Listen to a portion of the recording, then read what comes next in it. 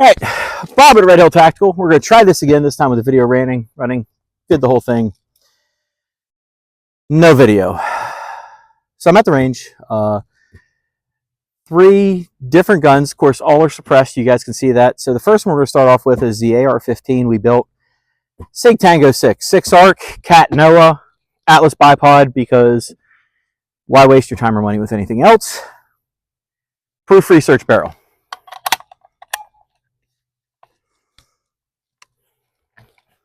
So again, this is supersonic.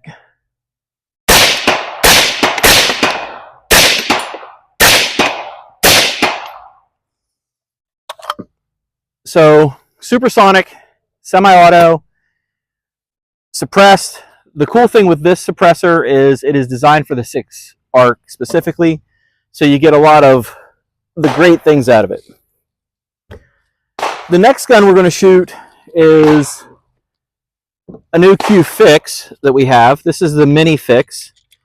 So this mini fix is the smaller package of the full-size fix that we've talked about before. This again is the 6 arc. Some of you guys may not know this, but I'm a huge fan of the 6 arc. I've been a huge fan of it for a long time. When the ammo started coming out, I was buying every single case that my distributors got in, and probably part of the reason they struggled keeping an inventory. So this is the Q Mini Fix 16-inch barrel. It features the Sig DMR 3 to 18 by 44. It's a 34 millimeter tube. Really nice scope. Pretty decent lightweight. I looked around for a lot to find a scope that I like the weight of. On the front of this, based on recommendations, we're starting off trying a Trash Panda. Now, I'm not sure how that's going to be because Trash Pandas are designed for the 30 cal, but I figure let's give it a go, see how it is.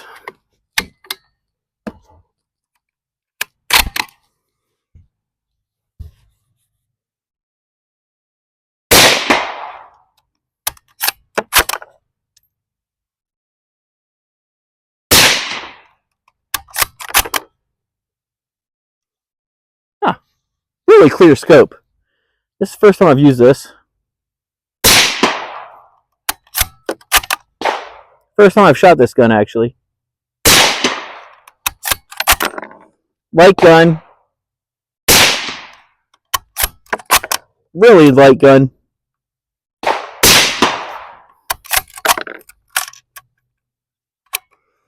That's a Bob fault. The one thing I have noticed about these guys, when they are new, they do need some breaking in. They do need some oil on them.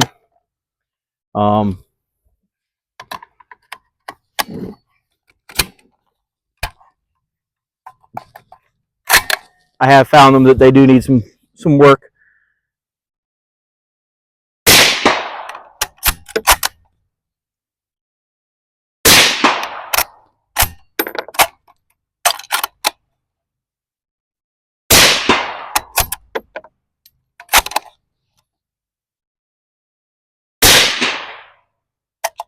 So the thing I like about the Q Mini Fix is, I don't know if you've noticed, I switched the magazine from the AR over to the Mini Fix. I do find that's one of the pluses of this gun.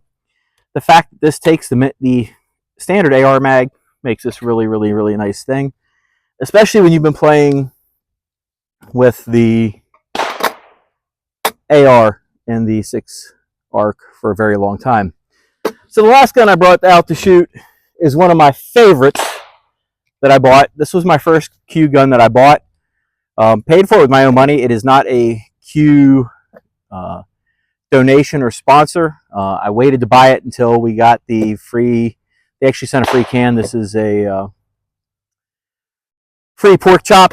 This, of course, is the 8.6 Blackout. Those of you guys from the Hagerstown area have probably seen me and heard me promoting the 8.6 Blackout in the store. I generally keep ammo in stock for this at the store. I'm probably it because it's not super popular, but this gun is just stupid. I mean, guys and girls, I can take my hearing protection off for this gun. I mean, listen to this. Just listen to this. You sit there, and I am pretty sure the impact on the plate is louder than the gun is. Again, I'm just a huge fan of the 8.6. I believe this is one of the best rounds if you like shooting subsonic stuff that you're going to buy. And this was the gun that made me really fall in love with the Q rifles. Rifle without all of the accoutrements is 6 pounds. I've got a 1-12 hybrid scope on it. The scope is just amazing. It's 35mm tube. Of course, again, Atlas bipod. It's the only bipod I use. If you're buying anything else, you're just throwing money down the drain. Of course, the Q suppressor. PMags work. Again, same thing. I have an AR-10 that I'm building in 8.6. Mags go back and forth. Does not take the standard mags that everybody thinks go in the 308 chassis. Again, takes the AR platform.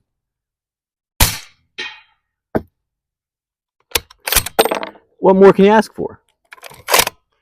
You know, you just hear the ping, ping. And, you know, the cool thing with the bolt gun in this caliber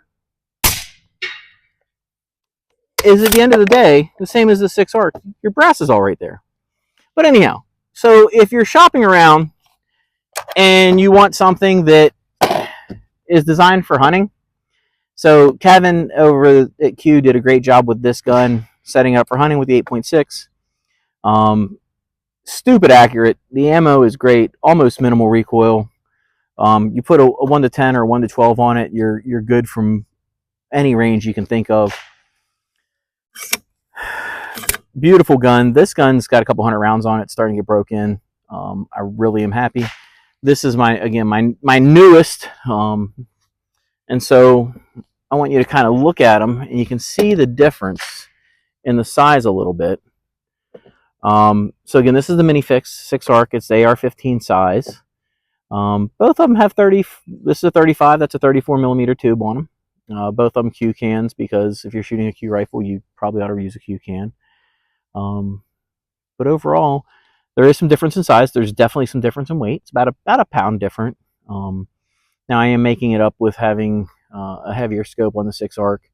But again, I did a bunch of research on the scopes to find one that was light enough. I started with one and I didn't like it, and so I ended up buying some things. So if you're looking at getting into these guns, the 6 ARC, either in the bolt gun, you know, I keep other bolt guns. You don't need to go to a Q to get the 6 ARC. There's lots of bolt guns. I actually have them in stock at the shop.